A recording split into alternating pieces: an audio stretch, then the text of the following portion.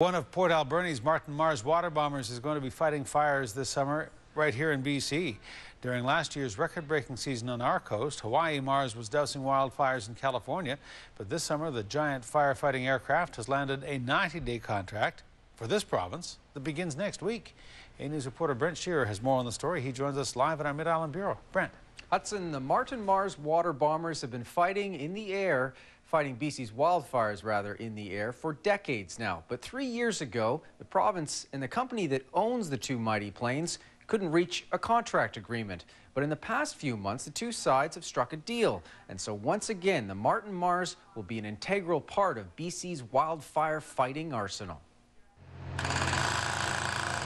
Crews are busy prepping the outside and inside of the Hawaii Mars water bomber.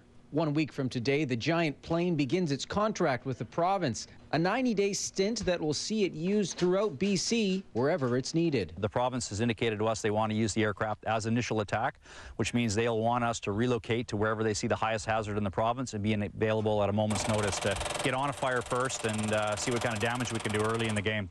The Hawaii Mars hasn't flown in BC since 2007. For the past 2 summers, it's been fighting fires in California.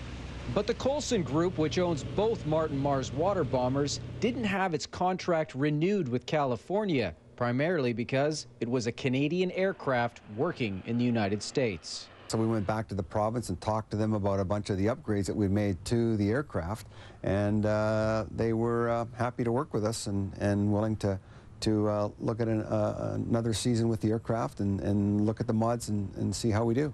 Alex, do you want to function the attack gen? There have been a number of modifications done to the Hawaii Mars since it last operated in BC. What's in here is a concentrate of a product called thermogel. The aircraft now uses a fire suppressant gel that mixes with water.